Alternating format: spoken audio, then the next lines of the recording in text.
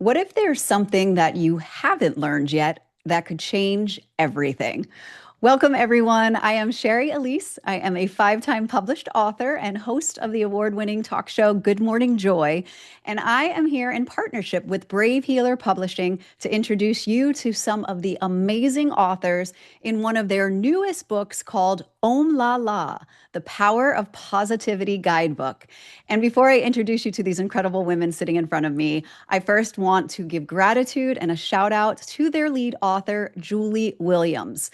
Julie, thank you for gathering this team of experts who really are changing the way that we interact and feel about ourselves and the ways that we communicate with one another and really add more positivity in our lives and tools to be able to help us transform. So grateful for this resource. And now to learn a little bit about these ladies. Anandra George is a global sound therapy pioneer who created the world's first and only 200, 500 yoga teacher training focused entirely on the transformative power of sound, now with over 500 graduates in 65 countries.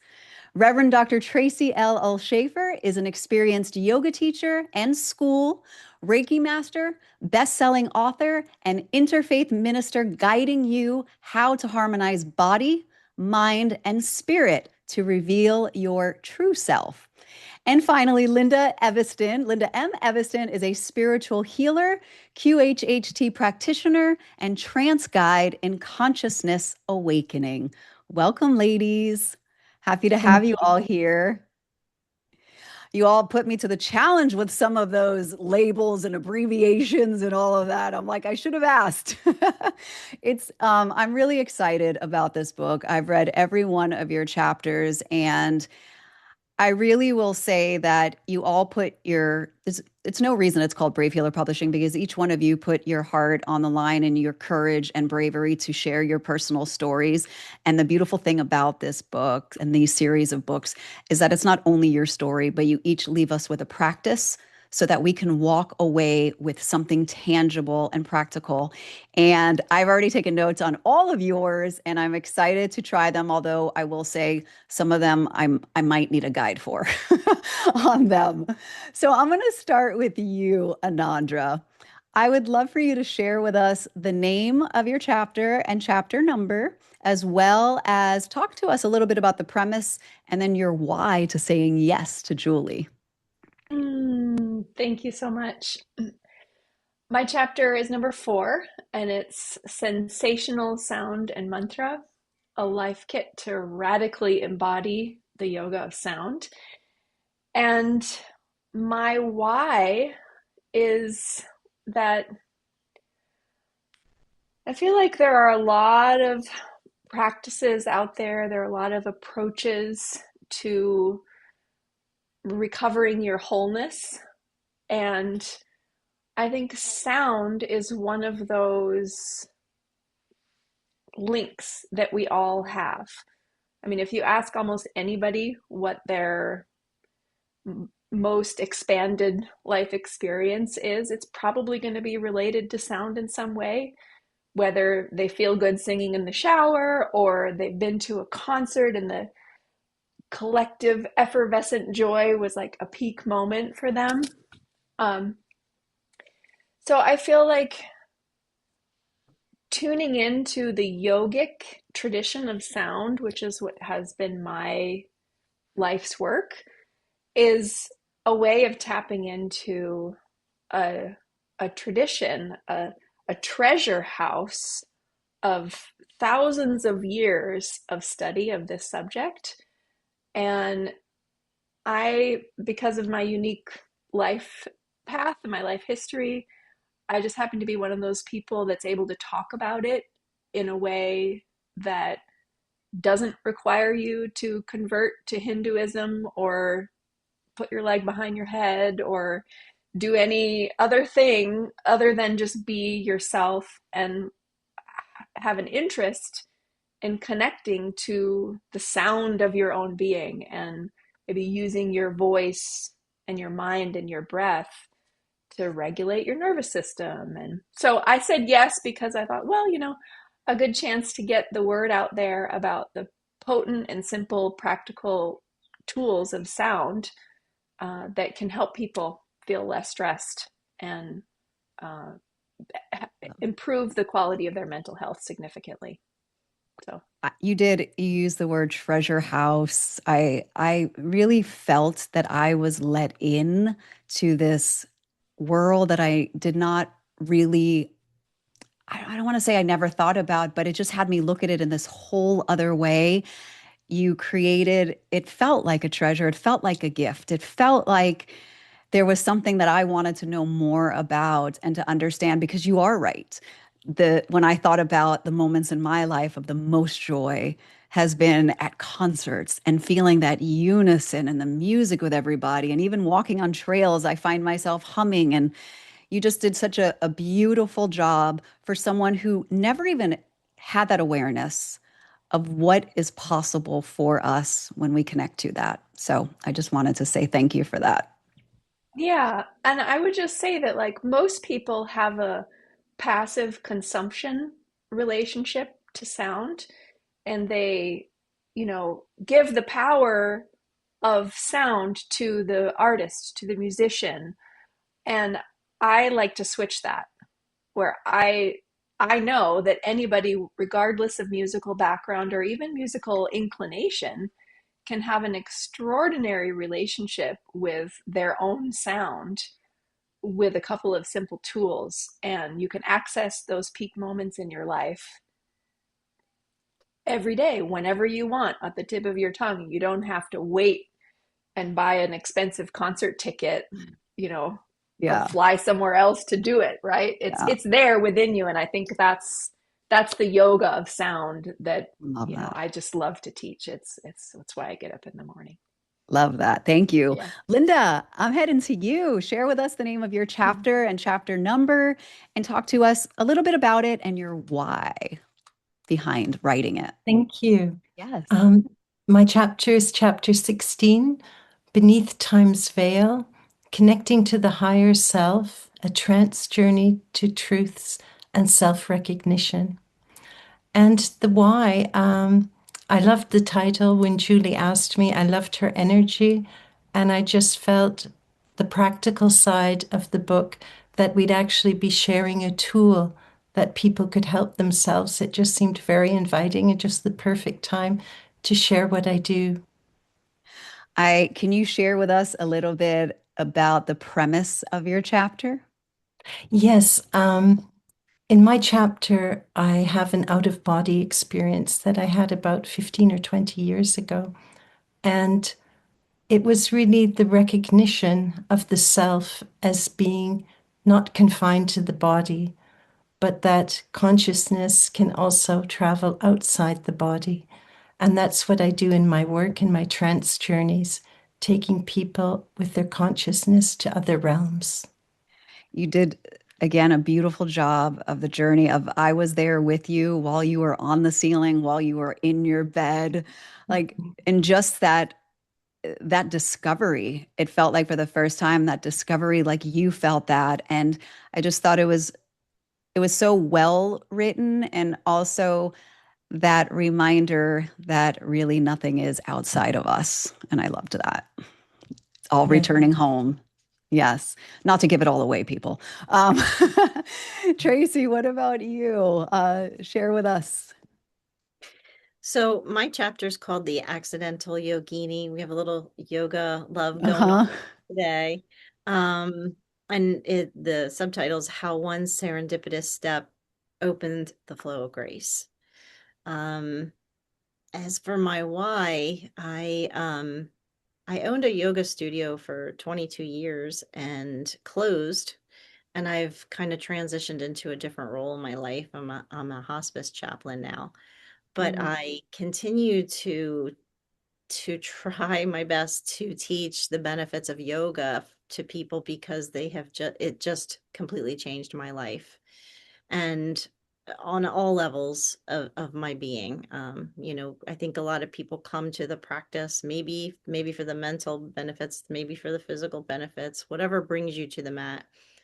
if you stay with a dedicated practice, right, it opens up to everything. And so I just continue to want to share that love, that complete transformation for the practice with people, especially people that I find that don't quite understand what yoga is, or have a judgment about that they can't do it. And I teach a very simplistic style of hatha yoga where everybody can perform the pose. There's a pose, but there's um, a modification for people with different limitations so that they can really just sit in it, breathe in it, and feel that power of the practice. And you sharing your experience of not really wanting to be there except for, hanging out with your friend, and that whole thing it was so relatable, I think, as you said, for so many people who may not have understand what they're doing there or why they should go there, and they show up, and just your journey and relieving your own pain almost through accident, right? And letting us, the reader on the inside, see that even when we show up to places that maybe we don't want to be, that we're led to, that transformation happens. And Right. that was really cool to see, to Yeah. read. Yeah. Yeah. Tell me, because obviously, ladies, this book is called The Power of Positivity. And I'm going to stay with you, Tracy. Um, if there's someone here watching that is a complete beginner at any of this positivity stuff, is there a sort of beginner's tip that you can give to somebody just to be able to start? I'm a fan of always saying, particularly with yoga, but the benefits that we're talking about with positivity, with feeling better all over, it's experiential. So, whatever our mind may think about it, that's okay, but you have to try it. Just give it a try. Just experience it. Go in with an open heart and an open mind. I think that's great. And you did that. You did that at the yoga studio. I mean, well, I don't know if it was so open mind, but you I were don't you know were that it there. You was. still said yes. You still said yes to being there, whatever Right. the reasoning was. And I think that's so important for people to just be open. I said the other day, I was about that you may not know the journey and you may not know the path, but if you at least have the willingness to do Hmm. something, you will Right. be on the path. So thank you Right. for that. Yeah. Linda, what about you? Any tip for a beginner that's just starting?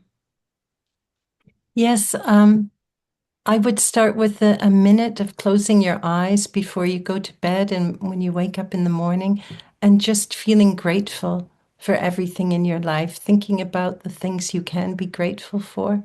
And that will just create a sense of positivity. And especially when you do it in the morning, it just, sets the tone for the day, that you have that positive feeling, that positive vibration. And just be aware of what you listen to and what you watch, that's also positive. And you don't always have to watch everything. You can choose to watch positive things. I love that. That was such a big a moment for me in my own life, was filtering out who the people were in my life, what the things that I was watching, what I was feeding myself. And so you don't have to watch everything or participate in everything. Thank you, Linda. It's great. And what about you, Anandra?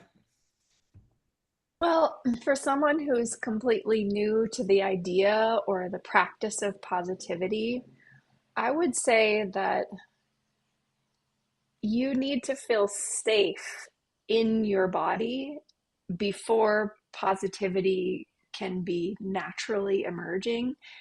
And in my chapter, I talk about my troubled past and how difficult it was for me to feel safe. And I instinctually used the sound of my own voice to hum to myself to soothe my own nervous system. So, my tip is if you're feeling stressed, it's going to be hard to be positive. Right.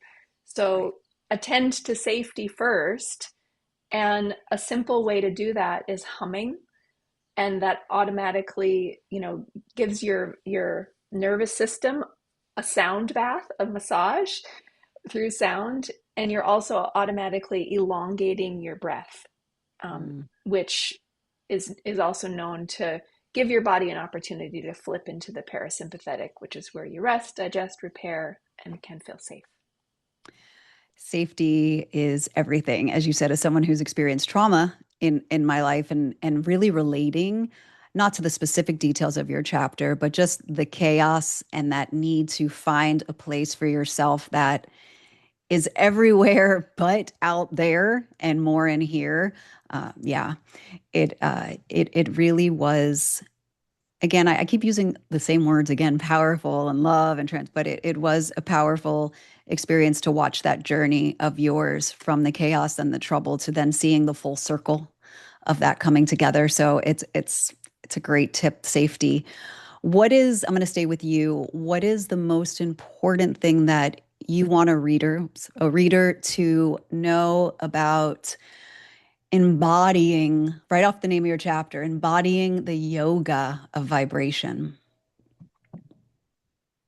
It has to do with the title of the chapter, which is sensation, sensational. In order to embody it, you need to feel, like you have to be safe to feel what you're feeling.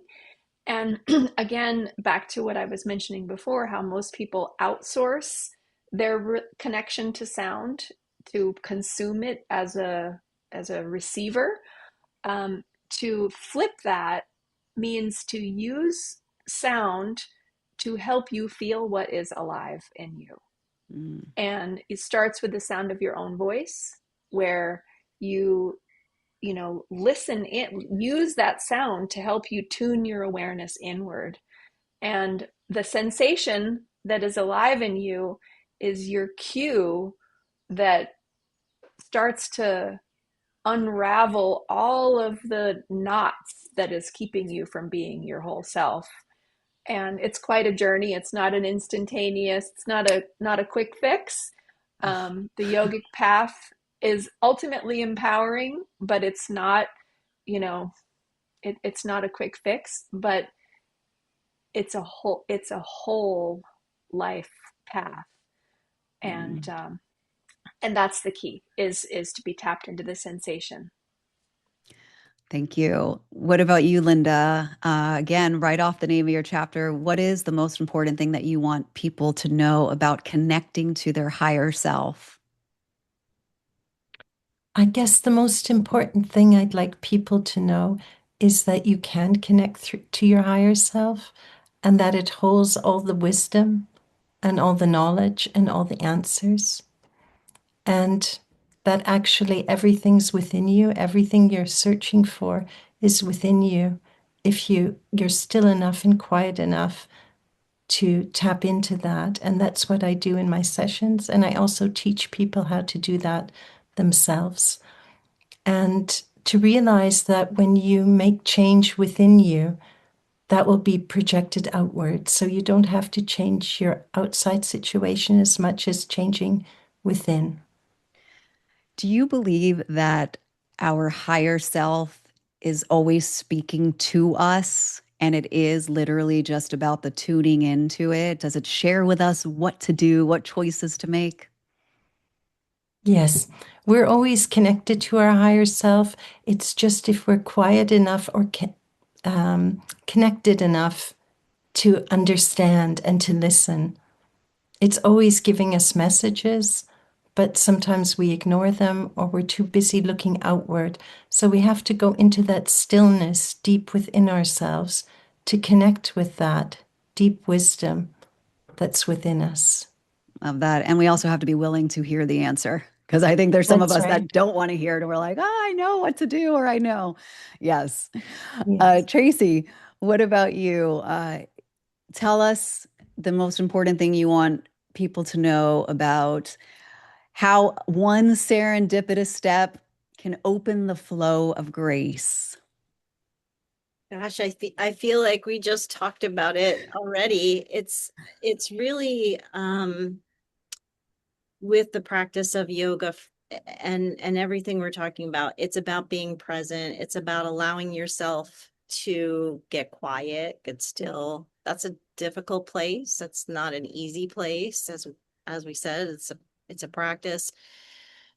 But we have to, whether we're being guided by our higher self, whether we're being guided by spirit, whatever name you want to use for that source or universal consciousness, but availing ourselves to that and allowing ourselves to step into it, to lean into it, and then to just be.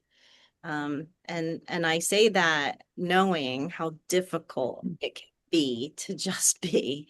But my hope is that in my practice, it allows people to do just that. It's a simplistic practice and something that I hope I guide people with enough finesse to just be able to be comfortable, sit and breathe and find that point that we're talking about. I think you just answered my last question I was going to ask, but I'll say it in case there's something else for you that's coming up, Tracy. When you envision somebody finishing your chapter, what is that feeling, that hope that they walk away with? That they get connected in some way that they weren't before. There's so many different ways, right, that can play out for people. And I wouldn't want to define any one for somebody. Everybody's experience is going to be different.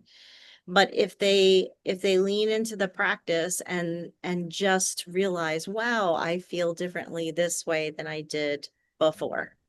And again, whether that's feeling more peaceful, whether that's being more flexible, I don't know. There's there's a lot of ways that it plays out. Yoga is, again, it's one of these thousands-year-old practices that's been here for a reason, because it really works on all the layers of our being. So that's going to be different for everybody.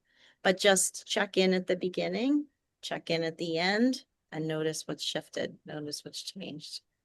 Well, I will say I very much got this feeling of just like an exhale.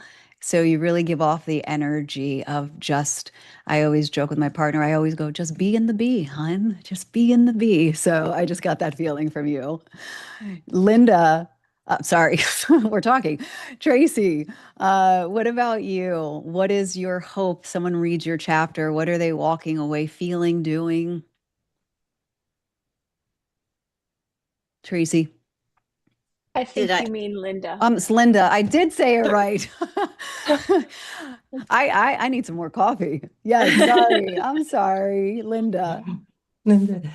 Yes, in my chapter, at the end of my chapter, I have the tool, a guided visualization. So I hope that people can enjoy that they can go a little bit deeper into that stillness deep within themselves and be connected to their higher self and find more peace and wisdom within. Thank you. Anandra? I love how we're all kind of talking about the same thing from Hmm. different angles. Um, the tuning in practice that I offer at the end of my chapter is really just a simple yet very personal and easily accessible way to tap in to that place of safety within yourself, where your higher self lives, where your essential inner connection lives. Yet we're either too stressed to even pay attention to it. We're worried about defending and protecting, or we're just paying attention to the outside stimulus and we're not tapped into that core center of empowerment. And that's what I really would wish for people. I would wish that they feel empowered to stay tuned and stay in tune with their whole self. And that's something we all need, and we all need maintenance on that, frankly. It's not like a one and done. Hmm. It's a It's daily tapping in. yeah, and it's so, like you said, it's so beautiful that all of you have all said it in your own way. It's like this beautiful, not to use a music, but like symphony, like with an orchestra. And it all, it's a great reminder for everyone that's watching right now that everything we need is right here. And these are the different paths and ways that you can experience that. And so I just want to thank each one of you for the work that you're doing in the world, for giving of yourselves in this book, to sharing your journeys, and to giving us all that practice to be able to do that. So thank you so much for that. And yes, and to our listeners, this is so much more than a book. This is a generous community who is here for you to answer questions, to support you on your journey, to carry on conversations just like this one. So if anything that we spoke about today resonated with you, please go down to the show notes. We've provided all of the authors' links, and I'm sure that they're happy to connect with you and share what they have going on. And of course, we hope that you hop on over to Amazon and grab a copy of this beautiful book today. The link is also in the comments. And then lastly, the Brave Healer community wants you to remember that your words will change the world when you are brave enough to share them. Thank you, everyone, so much. It is time to be brave. We'll see you next time. Thank you.